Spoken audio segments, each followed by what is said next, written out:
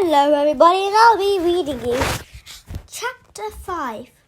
And this book is called Eagle Strike.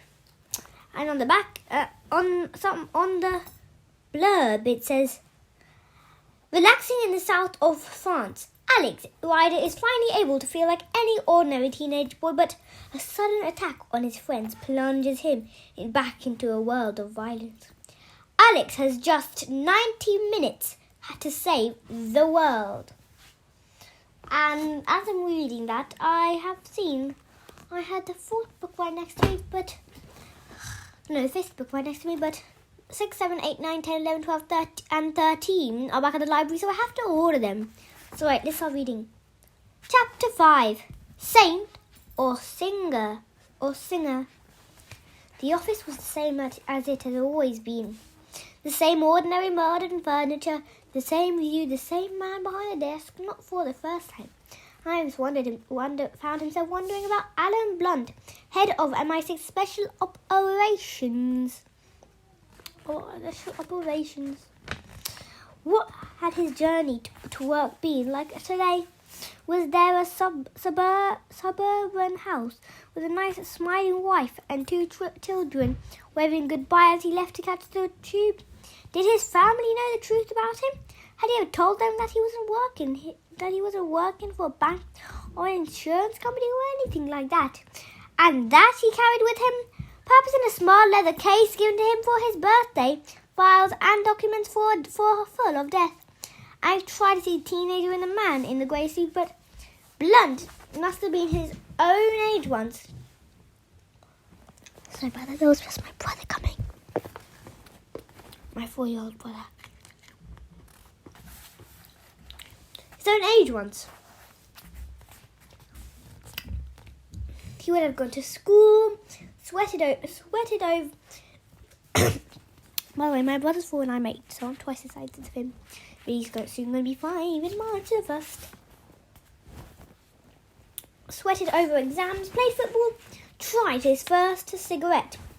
Also, I have no idea what a cigarette is either. And got bored at weekends like anybody else. I never got bored. I went to Scotland some weekends. But there was no sign of any child in the empty grey eyes, the colourless hair, the mottled, tightly drawn skin. So when had it happened? What had turned him into a civil servant, a spy master, an adult with no obvious emotion and no remorse? And then Alex wondered if the same thing would one day happen to him. What was that MI6 preparing? What was that MI6 preparing for him? First they had turned him into a spy, next they would turn him into one of them. Perhaps they already have an officer waiting with his name on the door. The windows were closed and it was warm in the room, but he shuddered. It had been wrong to come here with Sabina. The office of Liverpool Street was poisonous, one way or another. It would destroy him if he didn't stay away. We couldn't allow you to bring that girl here, Alex, Blunt was saying. You know perfectly well that you can't show off to your friends whenever. I wasn't showing off, Alex cut in. Her dad was almost killed by a bomb in the south of France.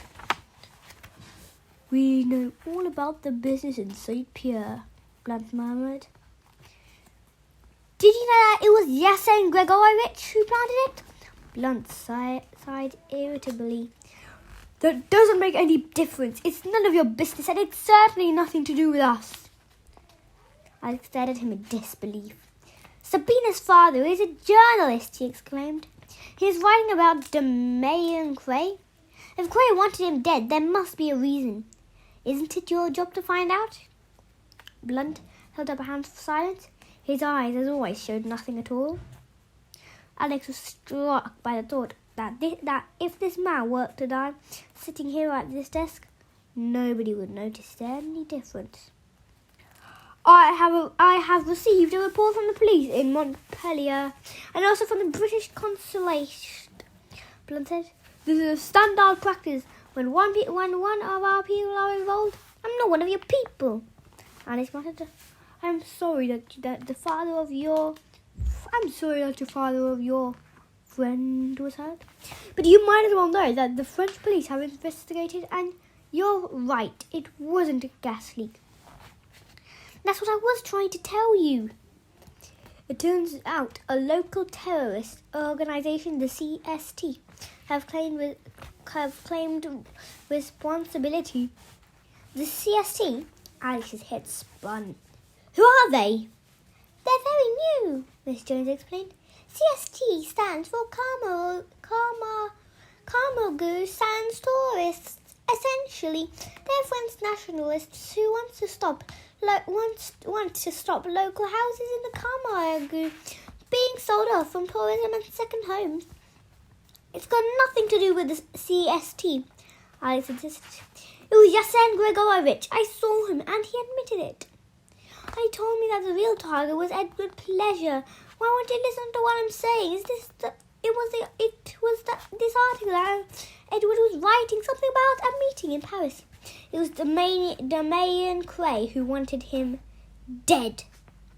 There was a brief pause. Miss Jones glanced at her boss as if needing her permission to speak.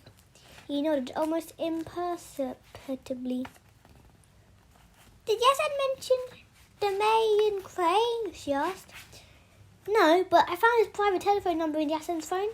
I rang it and I actually heard him speak. You can't know it was Damien Cray. Well, that was the name he gave. This is completely nonsense. It was Blunt who had spoken, and Alex was amazed to see that he was angry. It was the first time Alex had ever seen him show any emotion at all, and it occurred to him that not many people dared to disagree with the chief executive of special operations. Certainly not to his face. Why is it nonsense? Because you're talking about one of the most admired and respected entertainers in the country. A man who has raised millions and millions of pounds for charity. Because you're talking about Damien Cray. Blunt sank back into his chair. For a moment he seemed undecided. Then he nodded briefly. All right, he said. Since you have been of some use to us in the past, and since I want to clear this matter up once and for all, I will tell you everything we know about Damien Cray. We have extensive files on him, Miss Jones said. Why? We keep extensive files on everyone who's famous. Go on. Blunt nodded again, and Miss Jones took over. She seemed to know all the facts by heart. Either she had read the files recently, or more probably, she had the sort of mind that never forgot anything. Damien Cray was born in North London on 5th of October in 1950. She began. That's not his real name, by the way. He was christened Harold Eric Lunt. His father was Sir Arthur Lunt, who made his fortune building multi-storey car parks as a child. Harold had a remarkable singing voice. At age 11, he was sent to the Royal Academy of Music in London. In fact, he used to sing regularly there with another boy who was also famous. That was Elton John. But when he was 13, there was a terrible disaster. His parents were killed in a bizarre car accident. What was bizarre about it? The car fell on top of them. It rolled off the top of the floor on one of their car parks. As you can imagine, Harold was distraught. He left the Royal Academy and travelled the world, changing his name and turned to Buddhism for a while. He also became a vegetarian. Even now, he never touches meat. The tickets for his concerts are made out of recycled paper. He has very strict values and he sticks to them. Anyway, he came back to London in the 70s and formed a band, Slam. They were an instant success. I'm sure the rest of this will be very familiar to you, Alex. At the end of the 70s, the band split up and Cray began a solo career which took him to new heights. His first solo album, Firelight, went platinum. After that, he was seldom out of the UK or US top 20. He won 5 Grammys and an Academy Award for Best Original Song. In 1986, he visited Africa and decided to do something to help the people there. He arranged a concert at Wembley Stadium with all proceeds going to charity. Shark Attack. That was what it was called. It was a huge success, and that Christmas he released a single, Something for the Children. It sold 4 million copies, and he gave every penny away. That was just the beginning. Since the success of Shark Attack, Quay has campaigned tireless on a range of world issues: save the rainforest, protect the ozone layer, and world debt. He built his own rehabilitation centre to help young people involved with drugs, and he spent 2 years fighting to have a laboratory closed down because it was experimenting on animals. In 1989, he performed in Belfast, and many people believe that this free concert was a step on the way towards peace in Northern Ireland. A year later, he made 2 visits to Buckingham Palace. He was there on a Thursday to play a solo for Princess Diana's birthday. And on Friday, he was back again to receive a knighthood from the Queen. Only last year, he was on the cover of Time magazine. Man of the Year, Saint or Singer. That was the headline. And that's why your accusations are ridiculous, Alex. The whole world knows that Damien Crane is just about the closest thing we have to a living saint. It was still his voice on the telephone, and he said, "You heard someone give his name. You don't know it was him?" I just don't understand it. Now Alex was angry, confused. "All right, we all like Damien Crane. I know he's famous, but if there's a chance that he was involved with a bomb, why won't you at least investigate him?" "Because we can't." It was Blunt who had spoken, and the words came out flat and heavy and cleared his throat. "Damien Crane is a multi-millionaire. He's got a huge penthouse on the Thames and another place down in Wiltshire, just outside Bath. So what? Rich people have connections, and extremely rich people have very good connections indeed.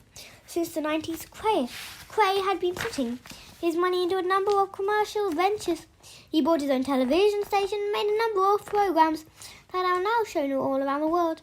Then he branched out into hotels and finally into computer games.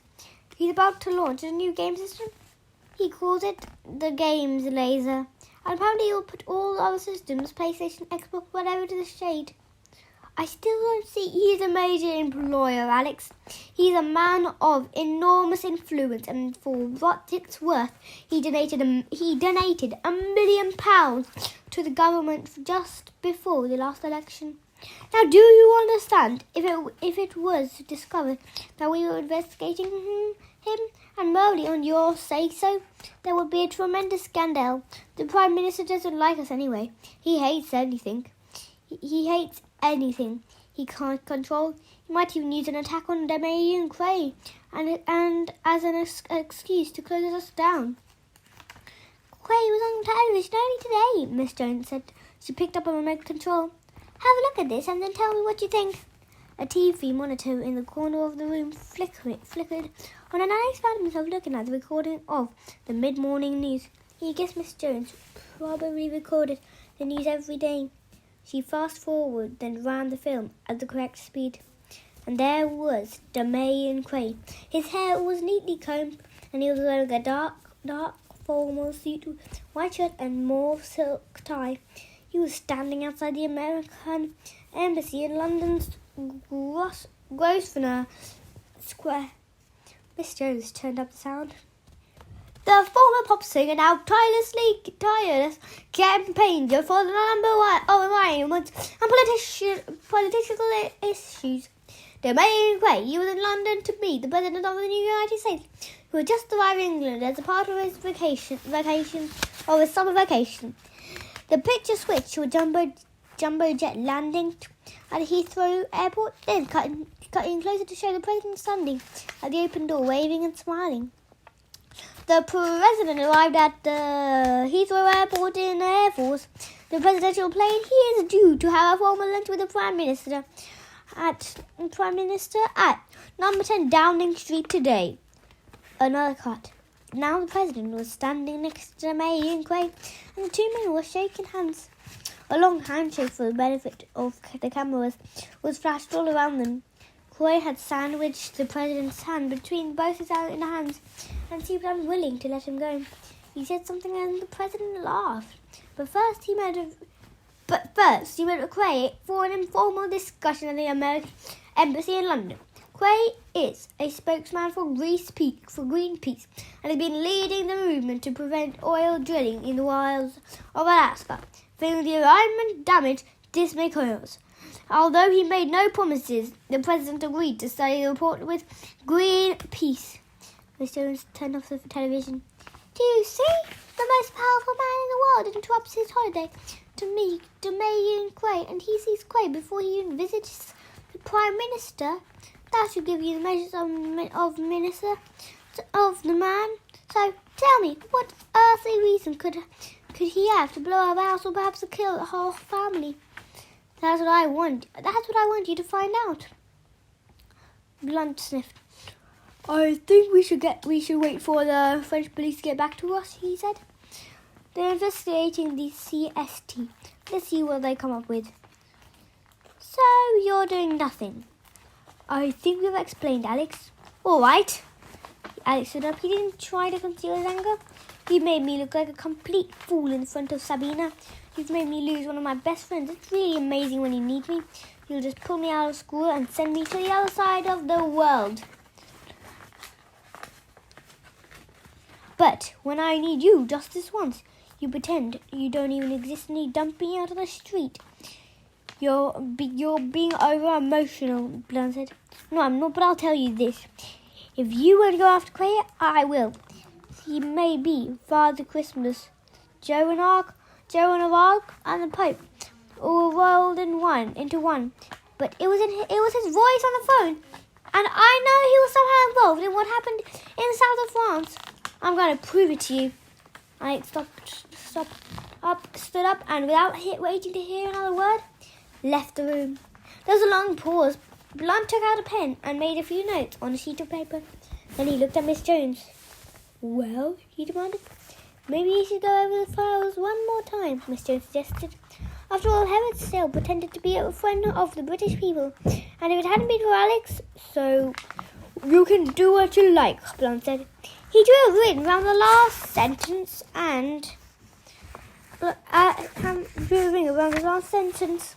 He had written, Miss Jones could see the words, Yes and Gregorowitz, upside down on the page. Curious that he should have run into Yasen a second time, he muttered. And more curious still that Yasen didn't kill him when he had the chance. I wouldn't say that. All things considered.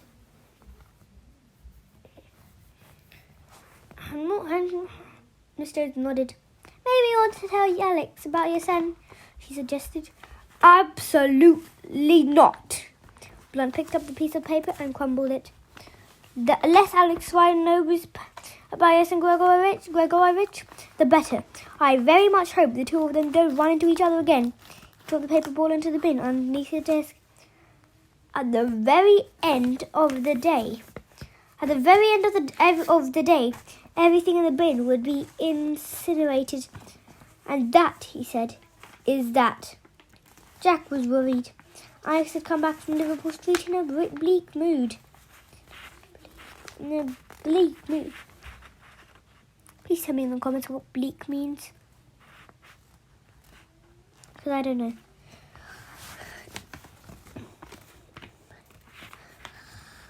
And had barely spoken a word to her since he had come in the sitting room where she was reading a book, and she had managed to learn that the meeting with Sabina hadn't gone well, and that Alex wouldn't be seeing her again. But during the afternoon, she managed to coax more and more of the story out of him until finally she had the whole picture. They're all idiots, Alex exclaimed. I know they're wrong, but just because I'm younger than them, they won't listen to me. I've told you before, Alex. You shouldn't be mixed up with them. I won't be. Never again. They don't give a damn about me. The doorbell rang. I'll go, Alex said. There was a white van parked outside. 2 men were opening it back to back, and Alex watched as they unloaded a brand new cycle, wheeling it down and over to the house. Alex cast his eye over it. The bike was a Cannondale bad boy, mounted bike that had been adapted for the city, with a lightweight aluminium frame and 1-inch wheels. It was silver and seemed to have come equipped with all the accessories he could have asked for: digital evolution lights, a Blackburn with mini pump, and everything on top of the range. Only the silver bell on the handlebar seemed old-fashioned and out of place. Alex ran his hand over the leather saddle with its twisting Celtic design, and then along the frame, admiring the workmanship. There was no sign of any welds. The bike was handmade. Alex had no idea how much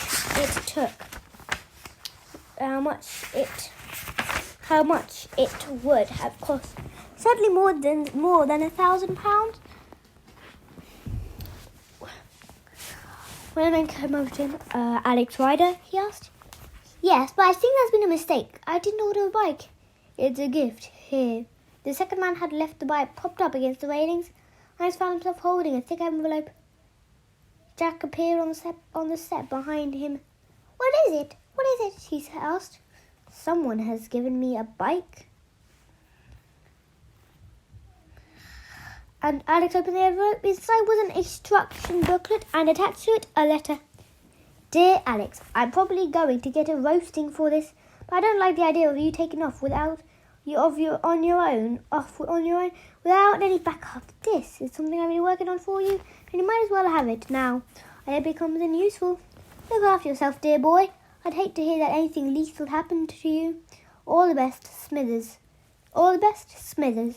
P.S. This letter will self-destruct 10 seconds after it comes into contact with the air, so I hope you will read it quickly.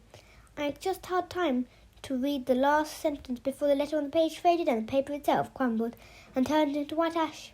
He moved his hand apart, and what was left of the letter blew a raisin breeze. Meanwhile, the 2 men had got back into the van and driven away. Alex was left with the bike. He flickered through the first pages of the instruction book. Bike pump, smoke screen, magnesium flare headlamp, handlebar missile ejection, trail rider jersey, bulletproof, magnetic bicycle clips. Who is Smithers? Jack asked. Alex had never told her about him. I was wrong, Alex said. I thought I had no friends at MI6, but it looks like I got one. He wheeled the bicycle into the house. Smiling, Jack closed the door.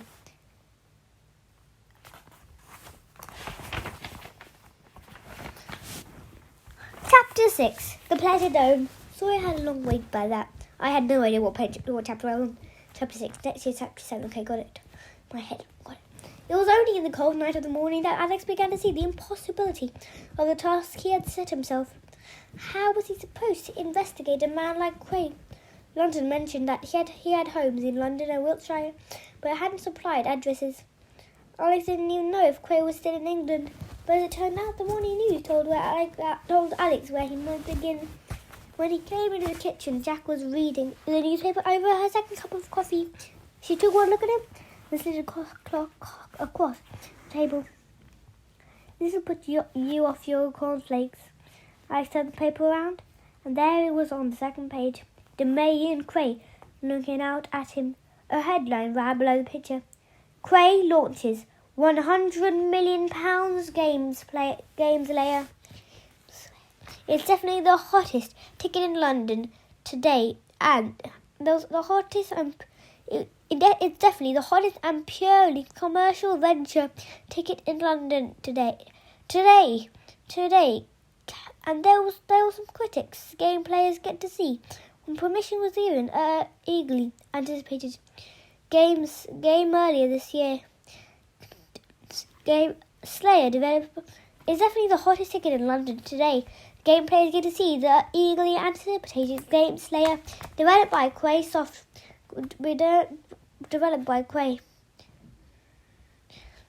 Quay Software Technology, a company based in Amsterdam, has already announced that at a cost rumored to be in excess of 100 million pounds.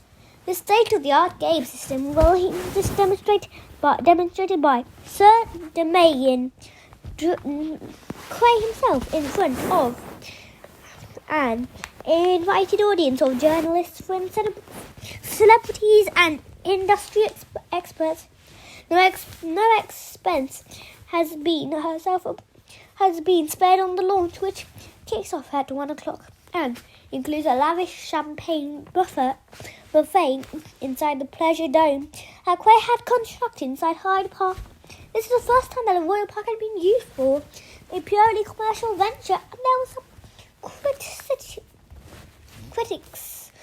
Game players get to see critics when permission was given earlier this year, but Damien Quay is no ordinary businessman. He already announced that 20% of profits from the game's play will be going to charity, this time helping disabled children throughout the UK. Yesterday, Quay met with the United States President to discuss oil drilling in Alaska. It is said that the Queen herself approved the temporary construction of the Pleasure Dome, which uses aluminium and PTFE fabric, the same material used in the O2. Its futuristic design has certainly proved an eye-opener for passing Londoners. I stopped reading. We have to go, he said. Do you want your eggs scrambled or boiled? Jack, Alex, it's a ticket-only event. What will we do? I'll work out something. That's cowed. Are you really sure about this? I know, Jack. If it's the Megan Clay, everybody loves him. But there's something they may not have noticed. He folded the paper and slid it back to her. The terrorist group that claimed responsibility for the bombing in France was called a Carmel Goose and tourists. I know. And this new computer game has been developed by Quay Software Technology.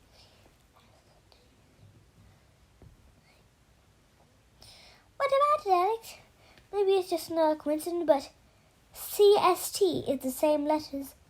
Jack nodded. All right, she said. So, how do we get in?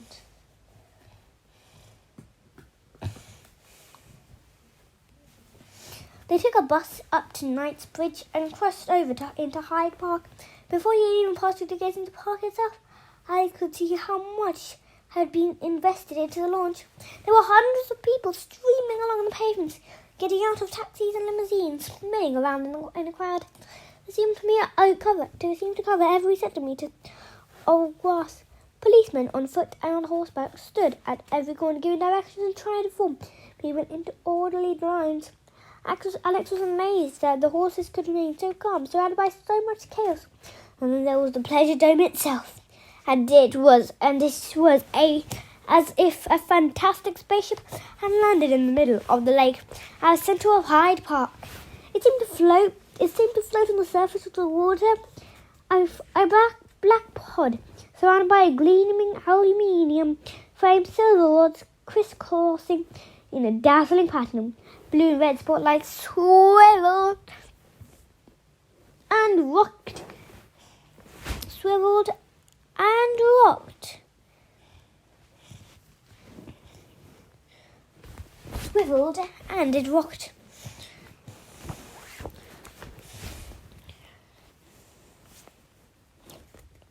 And then it was Pleasure Dome itself. It was as if the president It seemed to float on the surface of the water, a black pot surrounded by a gleaming aluminium frame. Silver woods crisscrossing in a dazzling pattern. Blue and red spotlights swiveled and rocked. Please go in the comments and write down what swiveled means to me too. And rocked, the beams flashing even in the daylight. A single metal bridge stretched across from the bank to the entrance, but there were more than a dozen security men bearing the way. Nobody was allowed to cross the water without showing their ticket. There was no other way in. Music blared out of the hidden speakers. Cray singing from his last album, White Lines. Alex talked down to the edges of the water. He could hear shouting and even the hazy afternoon sun. He was almost blinded by 100 flashing bulbs, all exploding at the same time. The mayor of London had just arrived and was waving at the press pack. At least 100 strong, herded together into a pen next to the bridge. Alex looked around and realised that he knew all a few of the faces converging on the pleasure dome. There were actors, television presenters, models, DSGs, politicians all waving their invitations and queuing up to be let in. This was more than the first appearance of the new game system. It was the most exclusive party London had ever seen, and somehow he had to get in. He ignored a policeman who was trying to move him out of the way and continued towards the bridge, walking confidently as if he had been invited. Jack was a few steps away from him, and he nodded at her. It had been Rhino, of course, who had taught him the basics of pickpocketing. At the time, it had just been a game. Shortly after Alex's 10th birthday, when the two of them were together in Prague, they were talking about Oliver Twist, and his uncle was explaining the technique of the artful dodger, even providing his nephew with a quick demonstration. It was only much later that Alex had discovered that all this had been another aspect of his training, that all along his uncle had secretly been turning him into something he had never wanted to be. But it would be useful now. When it was close to the bridge, he could only see the invitations being checked by the burly men in their security uniforms, silver cars with Games Layer logos stamped in black. There was a natural crush here as the crowd arrived, had the bottleneck and sorted itself into a single line to cross the bridge. He glanced one last time at Jack. She was ready. Alex stopped. "Somebody stole my ticket!" he shouted. Even with the music pounding out, his voice was loud enough to carry to the crowd in the immediate area. It was a classic pickpocket's trick. Nobody cared about him, but suddenly they were worried about their own tickets.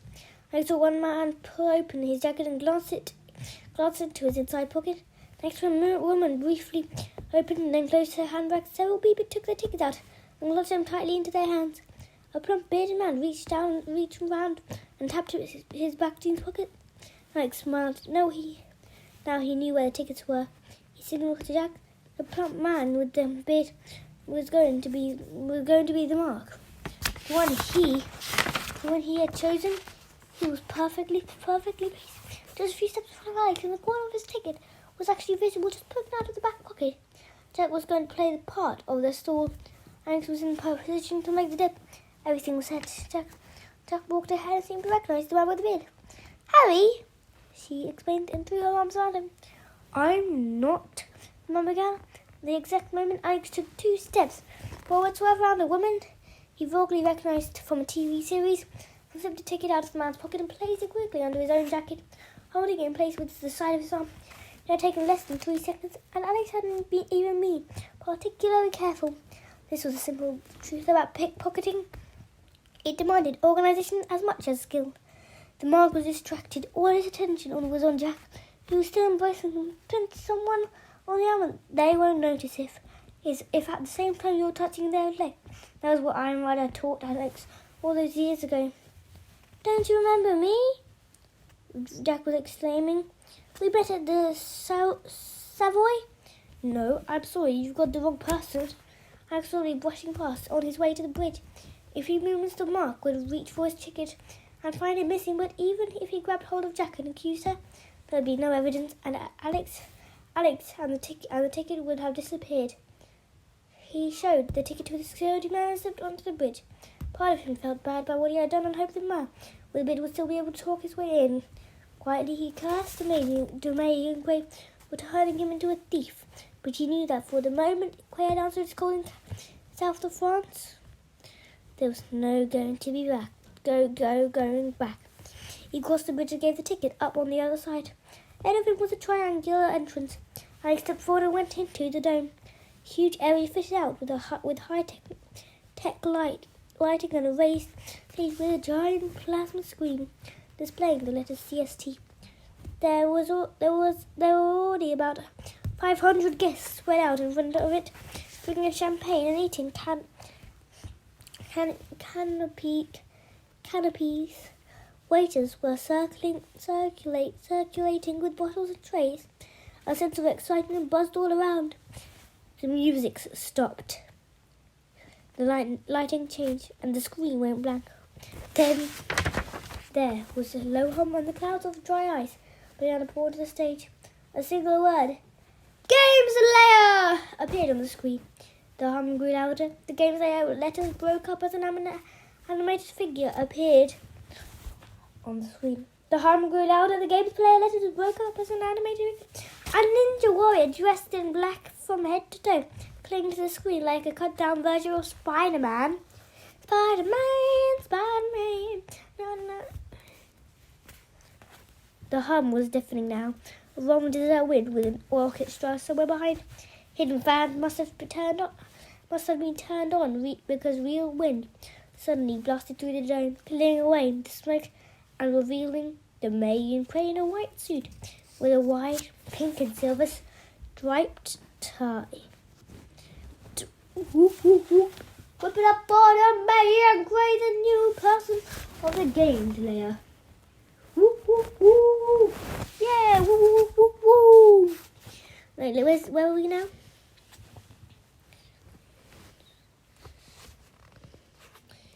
I didn't say woo, woo, woo or anything that I said like that. That was just me, so that. Well,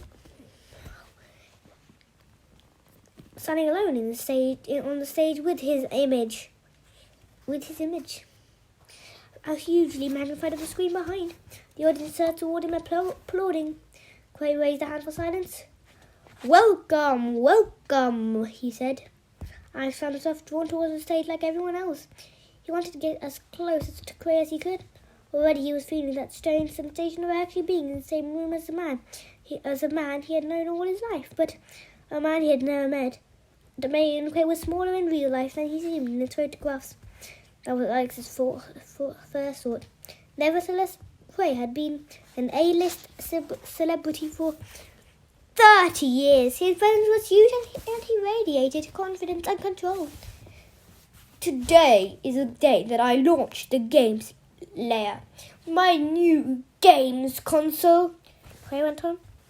He had a faint trace of an amount.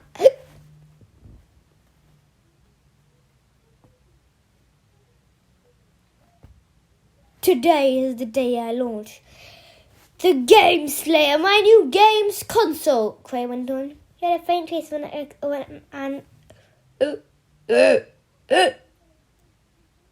American accent. I'd like to thank you all for coming, but if there's anyone here from Sony or Nintendo, I'm afraid I have bad news for you. He paused and smiled. Your history. There was laughter and applause from the audience, and even Alex found himself smiling. Quay had a way of including people as if he personally knew everyone in the crowd. Games Layer offers graphic quality and detail like no other system on the planet. He went on. It can generate worlds, characters, and total complex physical simulations in real time, thanks to the floating point processing power of the system, which is in a word massive. Other systems you give you plastic dolls fighting cardboard cutouts. With Games Layer, hair, ice, skin tones, water, wood, metal, and smoke all look like the real thing. We obey the rules of gravity and friction. More than that, we've built something into the system that we can call paint synthesis.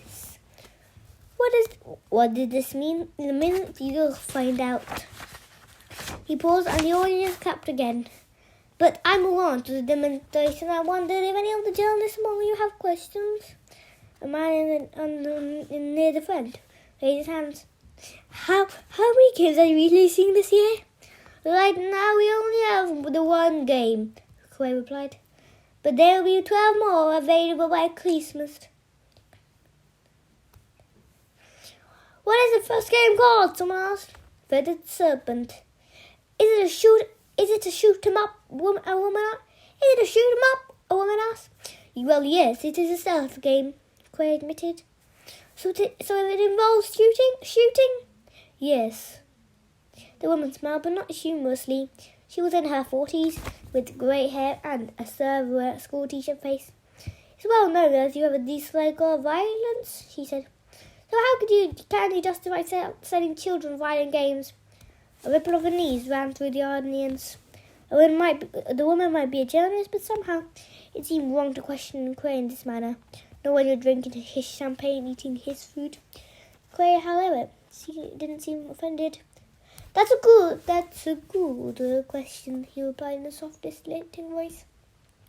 And I'll tell you. When we begin the game, with the games player, we did develop a game where the hero had to collect different coloured flowers from the garden and arrange them into vases. It had bunnies and egg sandwiches too, but do you know what? Our research team discovered that modern teenagers didn't want to play it. Can you imagine? They told me we wouldn't sell a single copy. Everyone broke into laughter. Now, it was the female journalist who was looking uncalm.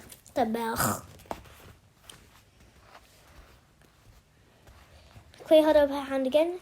Actually, you made a fair point, he went on.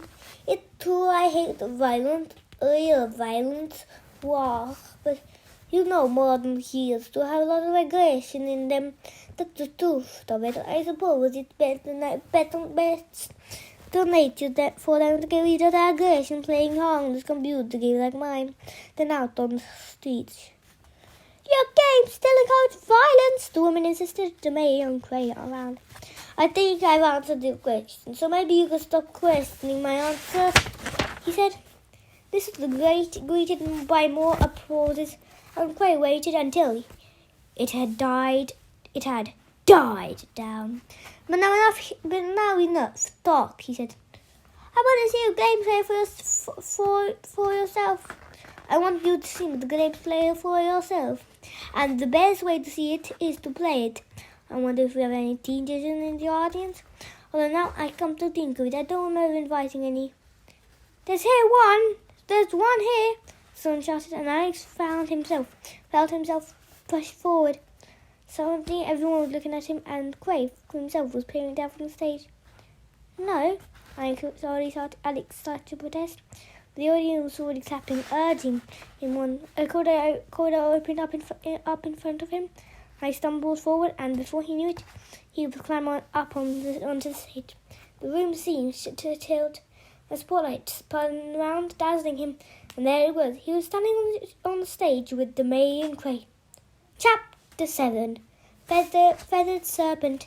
And hey, I didn't forget what number we're on. It was the last thing Alex could have expected. He was face to face with the man who, if he was right, had ordered the death of Sabrina's father. But was he right? For the first time, he was able to examine Quay at the close quarters. It was a strangely unsettling experience. Quay had one of the most famous faces in the world. Alex had seen it on CD covers, on posters in newspapers, and magazines, on television, even on the back of cereal packets, and yet the face in front of him was somehow disappointing. It was less real than all the images he had seen. Quay was surprisingly young-looking, considering he was already in his 50s, but there was a taunt, shiny quality to his skin that whispered of plastic surgery, and surely the neat, jet-black hair had to be dyed. Even the bright green eyes seemed somehow lifeless. Quay was a very small man, and he found himself thinking of a doll in a toy shop. That was what Quay reminded him of. His superstardom and his millions of pounds have turned him into a plastic replica of himself, and yet Quay had welcomed him onto the stage and was beaming at him as if he were an old friend. He was a singer, and as he had made clear, he opposed violence. He wanted to save the world, not destroy it. MI6 had gathered followers and found nothing, but Alex was here because of her voice. A few words spoken at the end of the phone. He was beginning to wish he had never come. It seemed that the two of them had been there, standing there for ages, up on the stage with hundreds of people waiting to see the demonstration. In fact, only a few seconds had passed. Then Quay held out a hand. "What's your name?" "Alex Ryder." "Well, it's great to meet you, Alex Ryder. I'm the Mayor Quay." They shook hands. Alex couldn't help thinking that there were millions of people all around the world who would give anything to be where he was now. "How old are you, Alex?" Quay asked. 14. "I'm very grateful to you for coming. Thanks for agreeing to help." The words were amplified around the dome. Out of the corner of his eye, Alex saw that his own image had joined Quay's on the giant screen. "We're very lucky that we do indeed have a teenager." Quay went on, addressing the audience. "Let's see how Alex gets on with the first level of the game's player 1. Feathered Serpent."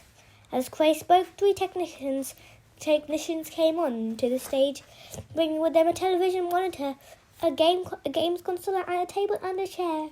Alex realized that he was going to be asked to play the game in front of the audience, with his progress beamed up onto the plasma screen. Feathered Serpent is based on Aztec civilization, Quay explained into the audience. The Aztecs arrived in Mexico in 1195, but some claim that they had in fact come from another planet. It is on the planet that Alex is about to find himself. His mission is to find the 4 missing sons, but first he must enter the Temple of Tlaloc, fight his way through 5 chambers and throw himself in the pool of sacred flame. These will take him to the next level.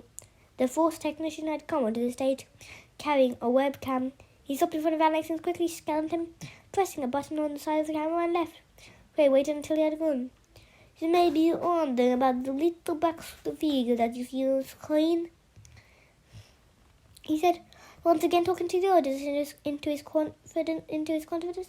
"His name is Omni, and he will be the hero of the game's player games. You might think him of a little dull and unimaginative, but Omni is of every boy and every girl in Britain. He is every child in the world, and now I'll show you why." The screen went blank and burst into a digital whirl of colour. There was deafening fanfare, not trumpets, but some electronic equivalent at the gates of the temple, with a huge Aztec face cut into the wood appeared. Alex could tell at once that the graphic detail of the game's play was better than anything he had ever seen. But a moment later, the audience gasped with surprise, and Alex perfectly understood why. A boy had walked onto the screen and was standing in front of the gate, awaiting his command. The boy was Omni, but he had changed. He was now wearing exactly the same clothes as Alex. He looked like Alex more than that. He was Alex, right down to the brown eyes and the hanging strands of the fair hair. Applause applauded around the room. Alex could see the journalists scribbling into their notebooks, or talking quickly into mobile phones, hoping to be the first with this incredible scoop. The food and champagne had been forgotten. Grace technology had created an avatar, an electronic double of him, making it possible for any player, not just to play the game, but to become part of it. Alex knew that the gameplay would sell all over the world. Quay would make millions, and 20% of the world that would go to charity. He reminded himself, could this man really be his enemy? Quay waited until everyone was quiet, and then he turned to Alex. "It's time to play," he said. Alex sat down in front of the screen, in front of the computer screen that the technician had set up. He took hold of the controller and pressed with his left thumb. In front of him, and on the giant plasma screen, his other self walked to the right. He stopped and turned himself the other way. The controller was incredibly sensitive, and Alex almost felt like an Aztec god in total of his mortal self. "Don't worry, you get yourself killed on your first go," Quay said. The console is faster than air, do you think? And it might take you a while to get used to it, but we're on your side, Alex. So let's play Feather Serpent. Let's see how far you can go. The temple gates opened, and Alex pressed down on the screen. His avatar walked forward and into a game environment. That was an alien and bizarre and brilliant. Realized the temple with a fusion of primitive art and science fiction with towering columns, flaming beacons, complex hieroglyphics, and crouching Aztec statues, but the floor was silver, not stone. Strange metal stairways and corridors twisted around the temple area. Electric light flickered behind heavily barred windows. The CCTV TV cameras followed his every move. We have to start by finding two weapons in the first chamber, Crane White, leaning over Alex's shoulder. You may need them later. The first chamber was huge with organ music, throbbing in stained glass windows showing cornfields, crop circles, and hovering spaceships. Alex found the first weapon easily enough. There was a sword hanging high up on the wall, but he soon realized that there were traps everywhere. Part of the wall crumbled as he climbed it, and reaching out for the sword activated a missile, which shot out of nowhere, aiming for the avatar. The missile was a double boomerang with razor blade edges, rotating at lightning speed. Alex knew that if he was hit, he would be cut in half. He stepped down with his thumbs, and his miniature self crouched. The boomerang spun fast. As it went, one of its blades caught the avatar on the arm. The audience gasped. A tiny flow of blood appeared on the miniature figure's sleeve, and its face, Alex's face, had distorted, showing pain. His feeling was so realistic that Alex almost felt the need to check his own real arm. He had to remind himself that it was only Avatar that had been wounded. Pale synthesis. Repeated the words, his voice echoing through the barrier. In the gameplay world, we share all the hero's emotions, and should Alex die in the central position, we ensure that we feel his death. Alex climbed back down and was searching for the second weapon. The little wound was already healing, the blood flow slowing down. He dodged another boomerang shot past his shoulder, but he still couldn't find the second weapon. Try looking behind the ivy, Chloe suggested, in a stage whisper, as the audience smiled, and knew that Alex needed help so soon. There was a crossbow concealed in an alcove, but what Chloe had told Alex was that the ivy covering the alcove contained a 10,000-volt charge. He found out soon enough. The moment his avatar touched the ivy, there was a blue flash, and it was thrown backwards, screaming out loud, its eyes wide and staring. The avatar hadn't quite been killed, but it had been badly hurt. Quay tapped Alex on the shoulder. You'll have to be more careful than that, he said. A buzz of excitement travelled through the audience. They had never seen anything like this before, and that was when Alex decided suddenly for MI6. Yes, St. Pierre, all of it was forgotten. Quay tricked him into touching the ivy. He had deliberately injured him, of course. It was just a game, but it was only the avatar that had been hurt, but the humiliation had been his, and suddenly he was determined to get the better of Feathered Serpent. He wasn't going to be beaten. He wasn't going to share his death with anyone. Grimly, he picked up the crossbow and sent the avatar forward, further into the Aztec world. The second chamber consisted of a huge hole in the ground. It was actually a pit 50 meters deep with a narrow pillar stretching all the way to the top. The only way to get from one side to the other was to jump from one pillar to the next. If he missed a step or overbalanced, he would fall to his death. And to make it more difficult, it was pouring with rain inside the chamber, making the surfaces slippery. The rain itself was extraordinary, as Quay told the audience. The gameplay image technology allowed every raindrop to be realized. An individual. The avatar was soaking wet. Its clothes sodden and its hair plastered to its head. There was a sudden electronic squawk. A creature with butterfly wings in the face and the claws of a dragon swooped down, trying to knock the avatar off his perch. I brought the crossbow up and shot it, then took the last 3 leaps to the other side of the pit. "We're doing very well," the man Cray said. "But I wonder if you make it through the spell, Chamber."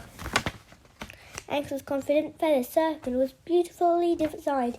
Its texture maps and backgrounds were perfect. The Omni character was way ahead of the competition. But for all this, it was just another computer game, similar to one that Alex had played on Xbox and PlayStation. He knew what he was doing. He could win. He made easy work of the third section, a tall, narrow corridor with carved faces on either side of a hail of wooden spears and arrows fired out of the wooden mouths. None one of them came as close as the avatar ducked and weaved out all the time, running forward. A bubbling river of acid twisted along the corridor. The avatar jumped over it as if was a harmless stream. Now he came to an incredible indoor jungle with the greatest threat among the streams and the creepers was a huge robotic snake covered in spikes. The creature looked horrific. Alex had never seen better graphics, but his avatar ran circles around it, leaving it behind so quickly that the audience barely had a chance to see it. Cray's face hadn't changed, but now he was leaning over Alex, his eyes fixed on the screen, one hand resting on Alex's shoulder. His knuckles were almost white. "You're making it look too easy," he murmured. Although the words were spoken light-heartedly, there was a rising tension in his voice, but the audience was down on Alex's side. Millions of pounds had been spent on the development of the Feathered Serpent software, but it was beaten by the first teenager to play it. Alex dodged a second robotic snake. Someone laughed. The hand on the shoulder tightened. He came to the fifth chamber. This was a mirror maze, filled with smoke and guarded by a dozen Aztec gods wrapped in feathers, jewelry, and golden masks. Again, each and every one of these gods was a small masterpiece of graphic art, but though they lunged at the avatar, they kept on missing, and suddenly more of the people in the audience were laughing and applauding, urging Alex on.